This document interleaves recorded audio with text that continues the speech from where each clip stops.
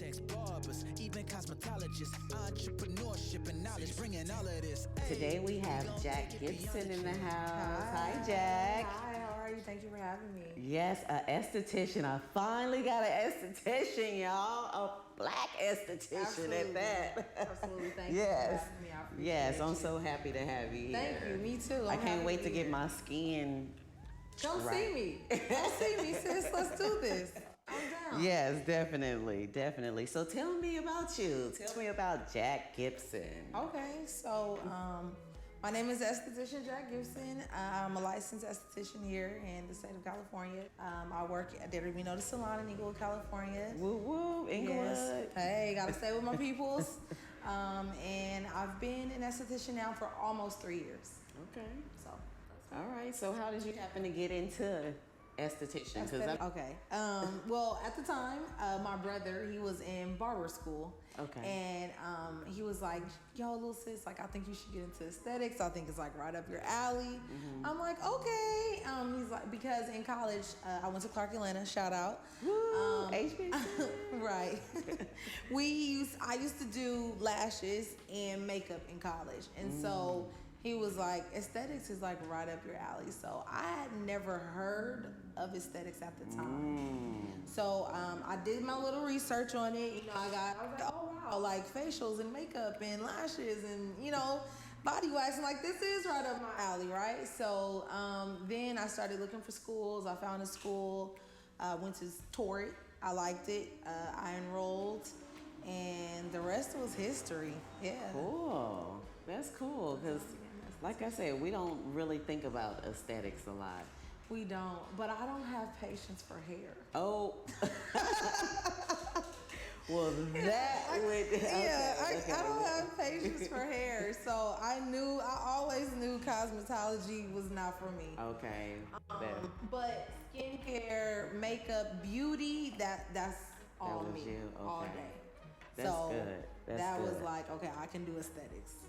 I think I need some work on my dark circles or something. So don't worry, I'm sure you can help me out on that. We'll suggest some yes, products. Yes, definitely. Okay. Don't worry. You know how we get. Absolutely. Yeah, me too. I pop a little concealer. Don't let the cameras fool you. Right.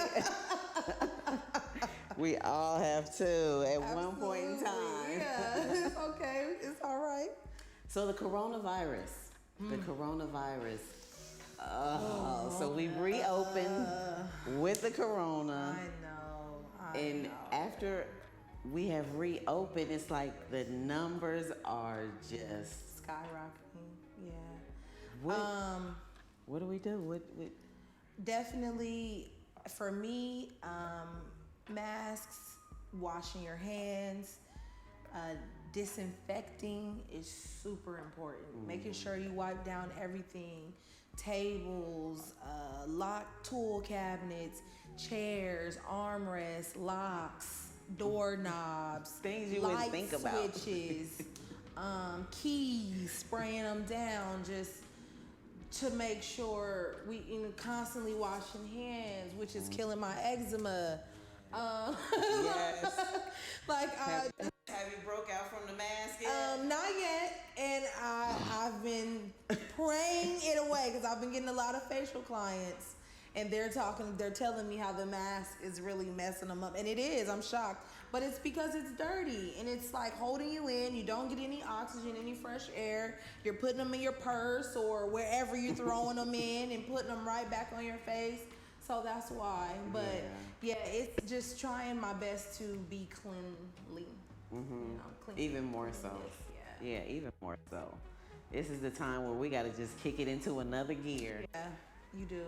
And we got to kick it into another gear. And I normally wear gloves while I work, so that's kind of my saving grace anyway. Oh, okay, yeah. That's good. I don't. It's okay. I mean, even with my chemicals. Even with my chemicals, it's hard. I like to be in there. I like to feel, but I know it's not a good habit, and I do try to wear my gloves because it is a good protecting and screening for your skin, like you say, especially if you have eczema, stuff like that, psoriasis, or anything irritating. Yeah, definitely. Absolutely.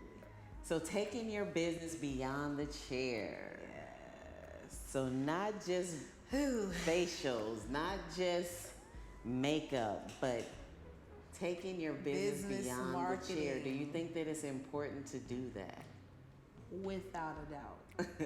Without a doubt. I always like to say, if no one knows about you, they're not inclined to support you. That's so true. If they don't know who you are, why would they come to you? Mm-hmm. Why would they frequent your business? Why would they tell somebody about you? Yes.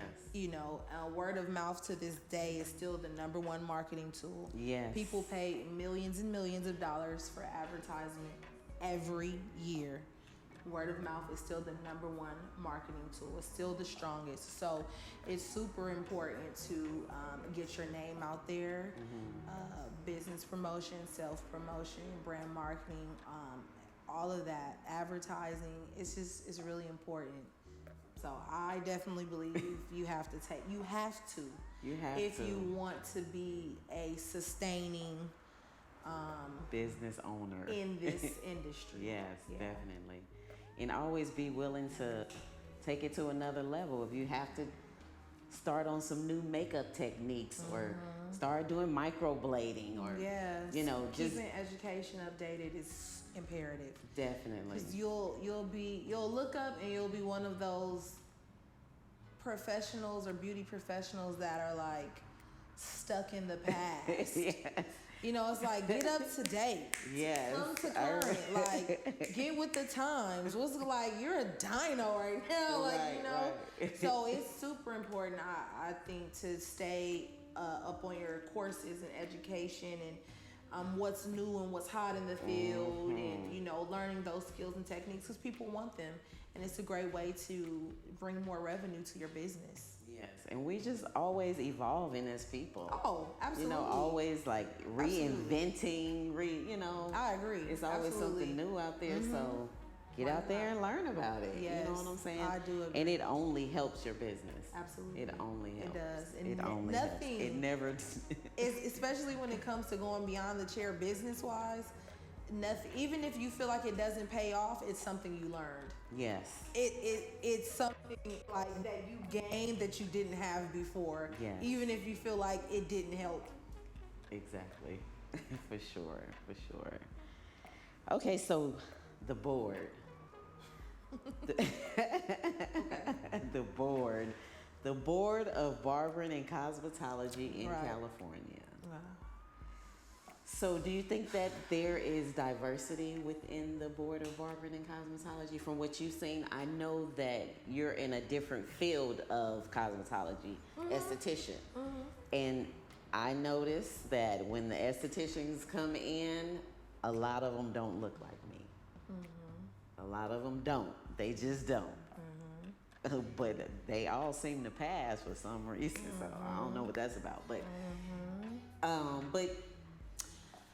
what about the diversity when it comes to the board? And I definitely think it could be more diversity when it comes to the board. Every time I go to aesthetics conventions or skincare conventions, it is very, very few Black estheticians. The representation for us in this particular industry is still very low. And it's a lot of us who have skin issues, real problematic skin that needs attention and addressing. But if you're not interested in like ethnic skin, if that's not your specialty, then of course naturally you're gonna bypass it. But if you are someone who actually has ethnic skin, then it's of utmost imperative importance to you to learn how to take care of it and to learn how to maintain your skin. And being able to have the products exactly that are needed for ethnic for skin. us. Exactly. The makeup colors, exactly. the doll heads, the Milady books. We need those to be not just addressing a certain nationality of people. Absolutely. And it's so funny you mentioned that because the Milady book that I have, although it has an African American woman on the cover, when you open up the book, mostly images of non-ethnic people or skin. So yeah, it can definitely be a lot more diversity when it comes to the board. Yes. Jack, bring your receiver to the front. No, you know you put it behind you. Just sit it on the floor. Okay, 1 second. Right here. That's okay. Perfect. Okay. Good. Continue. Okay, so now licensure. Ooh, it's important. It's very important. You need your license. You need your license. It's super important. It's a certain level of education that you need in order to get into this business. It is. And to practice properly and to be able to sustain yourself. I mean, absolutely. If you don't get educated, okay, and you still go out there, you're doing makeup, you're probably going to make a little bit of money, but eventually you're going to fizzle out. Because somebody going to get pink eye. Somebody going to get... or somebody's going to find out and bust you out. Exactly. And report you. And here's a big old fat fine from the state because you're illegally practicing. Yes. You don't want that to happen, guys. If you can, go get your license. It's super important. And they made it. They actually chalked out that esthetician license where you don't have to take those 1,600 hours that a cosmetologist like me would take.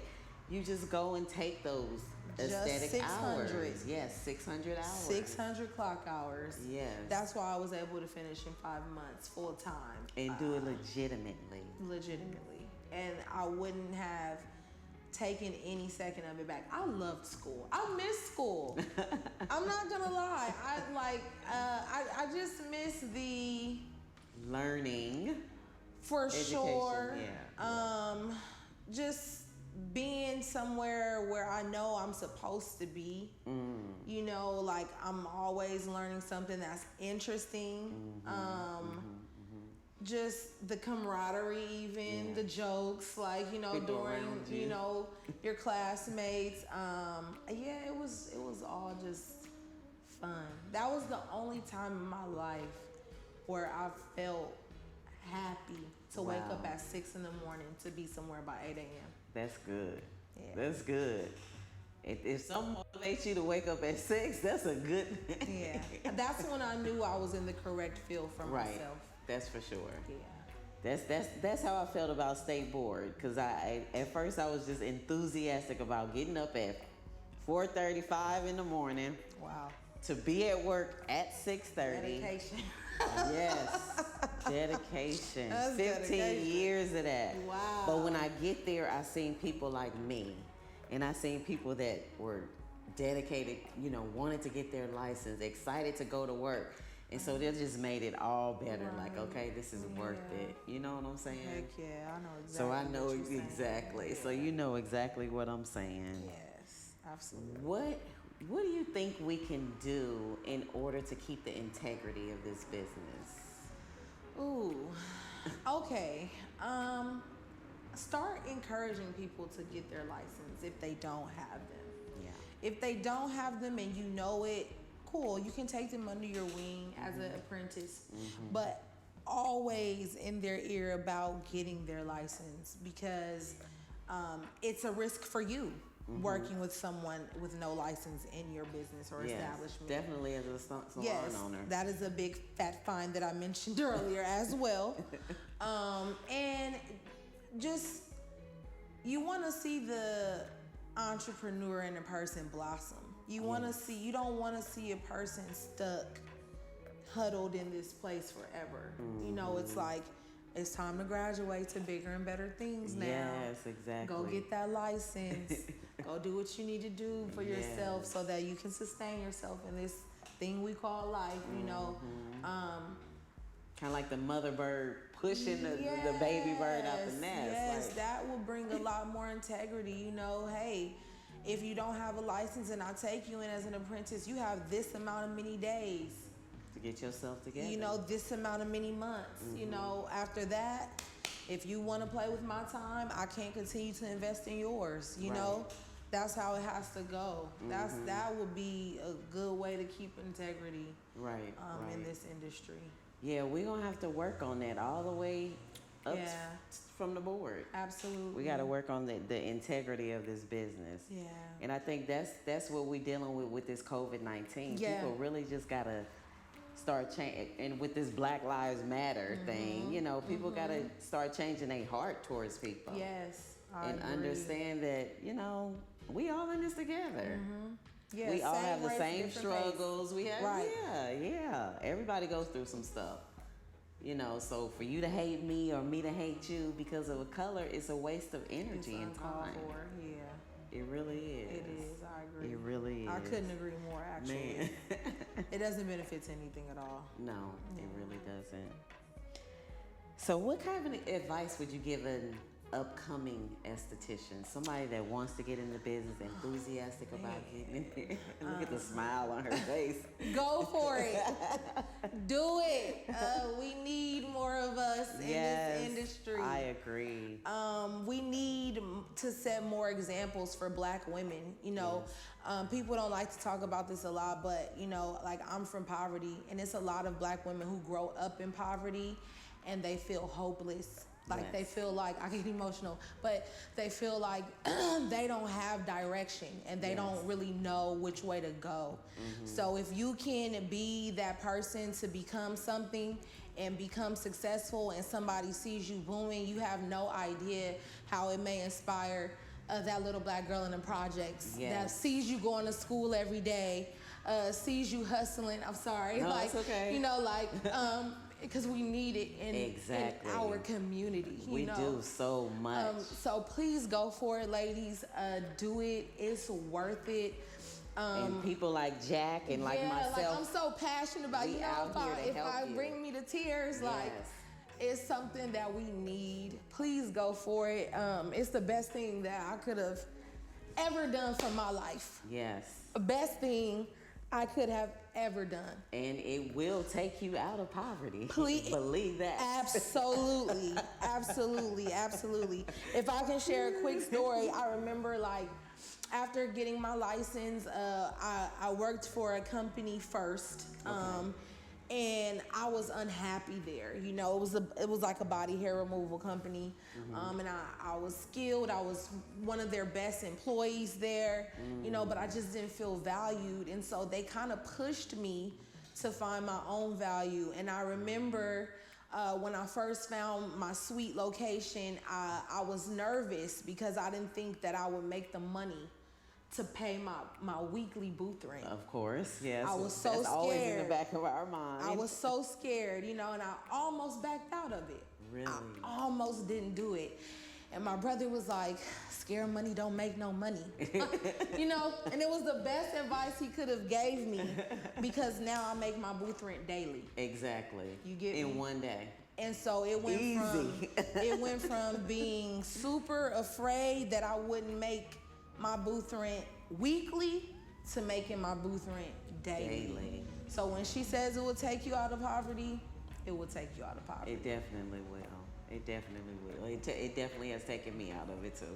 I've watched cosmetologists buy houses, put their kids through college, buy their kids cars, do everything that they need to do, being single parents on top of that. Yes. I've watched this beauty industry birth those type of people. So the money is here. The money to be made is here if you're willing to work hard for it. Exactly. But don't forget about the passion. At all. If you're not passionate about this business, leave it alone. Yeah, don't even come. Don't even come for us. Leave it alone. If it's not like, if it doesn't bring you to tears, if you're not moved by it. Find something that you are, though. Exactly. Fine, because it's something out there that you are passionate about. It's just not this, you know. But if you are, come with it, because I'm telling you, it can take care of you. It can take care of you. It can take care for of you, generations your family, generations to come. I come. agree wholeheartedly with that. Yes, definitely. For sure. So, Jack, we got some audience people out here that want to know about acne. Yes. Now I know it's different levels to it. Yes, it is. I know we got teenage, we got all this different aspects. Yeah, we got yes. I know a little bit about it. It's a little bit in the cosmetology. Different types of acne, right? But tell us about this acne thing and how we can handle it. Okay. First things first, I would say to see your local dermatologist before you come to an esthetician. The reason why I recommend going to a dermatologist first is because they can test your hormone levels. A lot of times acne is hormonal, so there may be a hormonal imbalance. If they feel like there may be cancerous issues or spots to be looked at, that will be something that they can notify you of first. I recommend going to a dermatologist first and then coming to an esthetician. Okay. But if I can explain acne, or just our skin is our biggest, largest living organ, okay? And it's the last outer step of your body, of your body's existence. So if the last step is showing acne, outbreaks, a lot of just congestion, things of that nature, it's because internally your body is off balance. So you want to start off first with making sure internally you're okay. Our bodies, our skin is naturally acidic. Okay. If we're going 0 being truly acidic, 7 being neutral, 14 being extremely base on the pH scale, our body and skin is between like a 3.5 and a 4.5-ish type, or 5.5, between there, okay? So when you drink alkaline water, like that's something I really recommend acneic sufferers to drink, because it will help bring that acidity in your body to a more neutralized point. And naturally, it's like your body's being detoxified. The toxins are getting out, and so it'll help calm your skin as well. Probiotics will help with, oh my gosh, your skin, digestional issues. And that's a trip that's linked together. Vaginal health. Yes. Probiotics help with a lot of different things. That's something internally that you can start taking as well to help your acne. But as far as products or ingredients, you want to make sure that you use products that have AHAs or alpha hydroxy acids and BHAs, which are beta hydroxy acids. So salicylic acid, glycolic acid, lactic acid, those chemical or those ingredients are what you want to look for in products when you have acneic skin. Okay. Things that are basically going to decongest your skin, break down the dead skin cells, the bacteria, like that's what you want. You want to double cleanse your face, morning and night. I recommend cleansing for about 30 seconds, rinsing it off, and then repeating. It doesn't have to be 2 different cleansers. It can be the same cleanser. Okay. And then you want to repeat for a second cleanse for about another 30 seconds to 45 seconds and rinse it off. With medium cool water to close your pores. Okay. And the reason I recommend a double cleanse is because it really only cleanses, or the first cleanse really only cleans surface layer. Yes. Dirt and oil and makeup off, or if you wear makeup. But once that first layer is removed, that second cleanse can actually penetrate deep into your skin and clean your skin out. So that's why always morning and night for acne clients, I recommend a double cleanse. Okay. You want to exfoliate not with physical scrubs per se.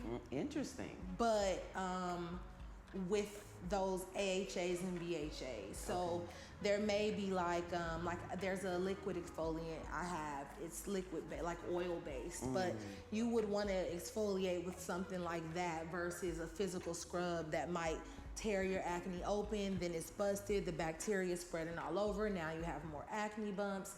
That type of thing you want to avoid. Right. So that's what I would recommend for exfoliation, and you only need to exfoliate like twice a week. People think you need to over exfoliate, you don't. Toner is a big thing too for acneic skin. You want to make sure you have a toner with at least salicylic acid. Rose water is a natural antibacterial if you're more on the natural side. Some people prefer witch hazel. I think witch hazel is a very, very strong astringent. Okay. So if you're going to use witch hazel, you definitely need to be putting the moisture back into your skin, which brings me to oil. A lot of acne clients have oily skin. Yes. But that's why the AHAs and BHAs will help with that. Like the breaking down the dirt, the oil, the sebum in their skin. Okay. And the moisturizers, you do still need the moisturizers, but you want to moisturize with oil-free moisturizers. Got it. That's what I would recommend for, like if I had to give a skin regimen for an acne client and sunscreen. You get dark marks because the sun is consistently hitting traumatized areas. And when your brain senses trauma on the skin, it creates extra melanin cells to protect that traumatized site. Okay. So if you pick at a site, your brain naturally, it's a process called tyrosinase.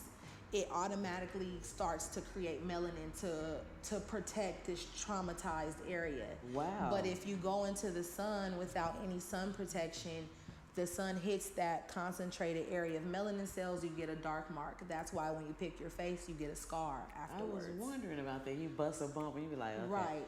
But they left a scar. Right. So the sun cooked it on you. You also want to do sunscreen with your oil-free moisturizer, preferably a physical sunscreen and not a chemical one. And what do you mean by that? Okay, a physical, which is a great question. Chemical sunscreens are just that, they're chemical based. Physical sunscreens are zinc oxide based, titanium dioxide based. These are like minerals from Earth. And they're considered more physical because they block out the sun rays from even entering your skin. So I always recommend those, and you can get oil-free physical sunscreens as well. Okay. Yeah. Okay. Wow. I went back to school today. Yeah. For aesthetics. I mean, that's what I would recommend for somebody like that suffering from acne. Yes, definitely. Yeah. So y'all see what type of people we mess with, y'all on Beyond the Chair, right? Absolutely. They know their stuff. Absolutely. You hear me? Absolutely. They know their stuff and they're passionate about their businesses. You have to be. Yeah, I am. So if y'all want some of this Jack Gibson. I don't want to say it wrong. Jack Gibson. Gibson's cool. Jack Gibson. If y'all want some of this, where can we find you? Well, you guys can find me on Instagram. My Instagram is Jack, JAQ _Gibson, GIB as in boy, SON. I have a YouTube channel. It is ESTHETICIAN Jack Gibson. Or Dare to Be Noticed Salon in Inglewood, California, off Crenshaw and Manchester. Y'all come see me. Inglewood. Thank you so much, Jack, for coming. I appreciate you. So much for having me. Yes, no problem. I'm so glad. I can't wait to put your story out. Oh, good. Thank you. I can't wait for you to share it. Yes, I love definitely. what you do. Thank when you hit me up about it, I was like, yes. Because a lot of people, I just want to touch on this real quick, especially right now at the height of our society with a lot of racial tension and Black Lives Matter going on, and a lot of Black people feel like if it's not a huge platform or a big brand name that it won't benefit them. Yes. And that's not true. We have to out of that mind frame. We have to start working with our own board because we don't know who may watch them. We don't know who they may know. Yes. And because of those things, we can't limit ourselves. So when you told me, I was like, I'm down. Let's do it. Let's talk. Thank you. So I you keep appreciate doing what that. you're doing as well because you're bringing exposure. Thank you. We Thank you. appreciate That's me pulling them up out, y'all. I'm trying to pull them up out. Pull them up Yeah. out. Yes. If I could help, I'm going to do it in any way. Yep, thank you. Thank you so much for coming. I appreciate it. Thank you. All right. That was great. Bye. We gon' take it beyond the chair.